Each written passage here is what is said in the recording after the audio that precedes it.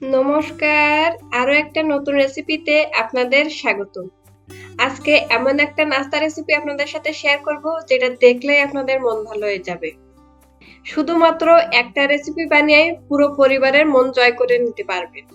এই নাস্তাগুলো দেখতে যতটা সুন্দর, খেতে কিন্তু অসম্ভব মজার হয়ে থাকে আর সময়ও লাগবে খুবই কম। তো চলুন শুরু করি আজকের এই রেসিপি।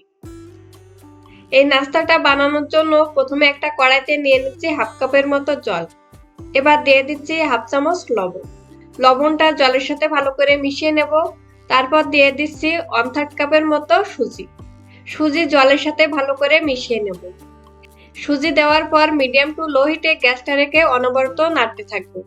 এতে করে সুজি তলায় লেগে যাওয়ার সম্ভাবনা থাকে না।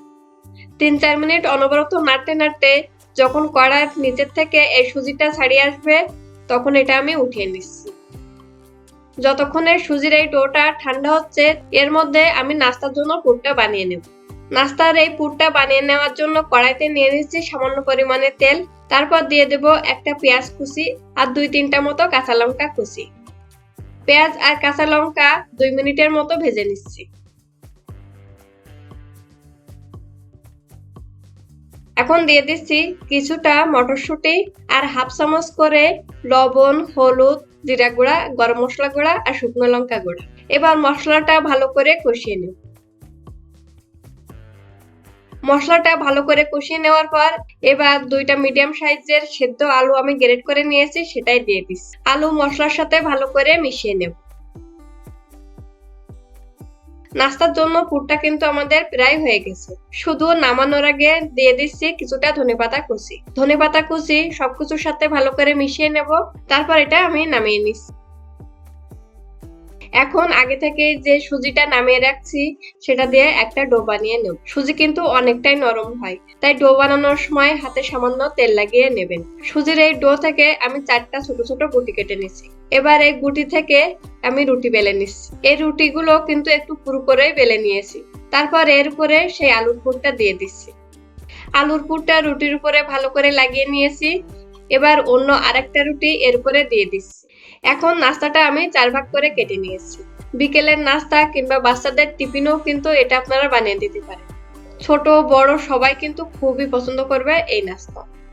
এবার একটা বড় বাটিতে নিয়ে নিচ্ছি 2 চামচ মতো ময়দা, 1 চামচ সাদা তিল, 1 চামচ কালো জিরা, 1 চামচ চিলি ফ্লেক্স, কিছুটা ধনেপাতা। এবার সামান্য জল দিয়ে এরকম একটা ব্যাটার বানিয়ে নিই। এবার আগে যে নাস্তাটা বানিয়ে রাখছি সেটা বাটির ভিতরে দিয়ে নাস্তার গায়ে এই ব্যাটারটা আমি লাগিয়ে নিই। নাস্তার গায়ে ব্যাটারটা ভালো করে লাগিয়ে নেওয়ার পর এখন এটা আমি ভেজে নিচ্ছি। আগে থেকে ফ্রাই প্যানে পরিমাণ মতো তেল গরম করে নিয়েছি। তারপর একটা একটা করে নাস্তা আমি তেলে দিয়ে দেব। মিডিয়াম টু লো হিটে এই নাস্তাগুলো ভেজে নিতে হবে। এতে করে নাস্তার কালারটাও যেমন সুন্দর হবে, খেতেও কিন্তু ভালো লাগবে। নাস্তাগুলো উল্টে পাল্টে আমি লালচে কালার করে ভেজে নেব।